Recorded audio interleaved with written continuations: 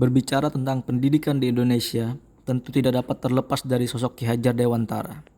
Pasalnya, konsep dan intisari pemikiran Ki Hajar Dewantara tentang pendidikan sudah begitu melekat. Melalui semboyannya, Ing Ngarso Sung Tulodo, Ing Madya Mangunkarso dan Tuturi Handayani, dijelaskan bahwasanya intisari dari pemikiran Ki Hajar Dewantara tentang pendidikan harus dilakukan dengan berpihak dan berorientasikan pada anak.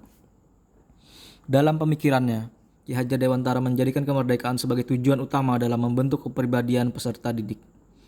Anak dengan kepribadian dan karakter yang baik diharapkan bakal menjadi ujung tombak perubahan dan peradaban bangsa. Agar bisa membentuk kepribadian dan karakter anak menjadi baik, harus mendapat dukungan dari semua pihak, di mana para pemegang kepentingan, terutama lingkungan sekolah dan keluarga harus ikut turun tangan. Dalam pemikirannya, Ki Hajar Dewantara memposisikan antara pengajaran dan pendidikan menjadi dua hal yang berbeda, yang mana pengajaran merupakan bagian dari pendidikan, yakni sebagai proses dalam menyalurkan ilmu guna memenuhi kebutuhan peserta didik. Sedangkan pendidikan yaitu upaya memberikan tuntunan kepada siswa agar mampu mencapai kebahagiaan dan keselamatan sesuai dengan kodrat yang dimiliki. Pendidikan itu hanya suatu tuntunan di dalam hidup tumbuh kembang anak-anak kita. Artinya bahwa hidup tumbuhnya anak itu terletak di luar kecakapan atau kehendak kita kaum pendidik.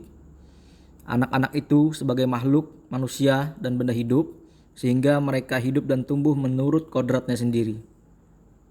Jika diambil contoh, perbandingannya dengan hidup tumbuh-tumbuhan seorang petani yang menanam padi misalnya, hanya dapat menuntun tumbuhnya padi.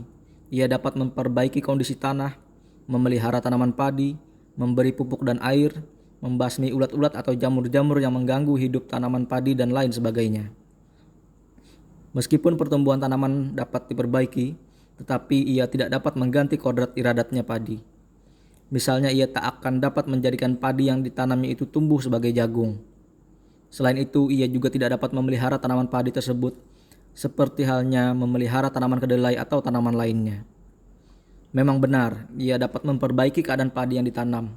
Bahkan ia dapat juga menghasilkan tanaman padi itu lebih besar daripada tanaman yang tidak dipelihara. Tetapi mengganti kodrat padi itu tetap mustahil. Demikianlah pendidikan itu. Walau hanya dapat menuntun, akan tetapi faedahnya bagi hidup tumbuhnya anak-anak sangatlah besar. Dari pemikiran tersebut dapat dianalogikan bahwa pendidikan merupakan wadah untuk membentuk, merawat, dan menjaga agar anak didik dapat tumbuh kembang dengan cara yang baik dan benar. Anak yang mendapat perlakuan yang tepat akan berperan penting dalam membentuk sebuah peradaban baru yang tidak meninggalkan identitas dirinya dalam kehidupan berbangsa dan bernegara. Untuk itu, seorang pendidik harus dapat membangun karakter dari peserta didik dan memahami cara dan tujuan mengajar. Dengan demikian, tujuan pendidikan agar dapat mewujudkan peserta didik yang cerdas dan beradab dapat terwujud. Pendidik juga harus memiliki kreativitas dalam memberikan kenyamanan dan kemudahan kepada peserta didik.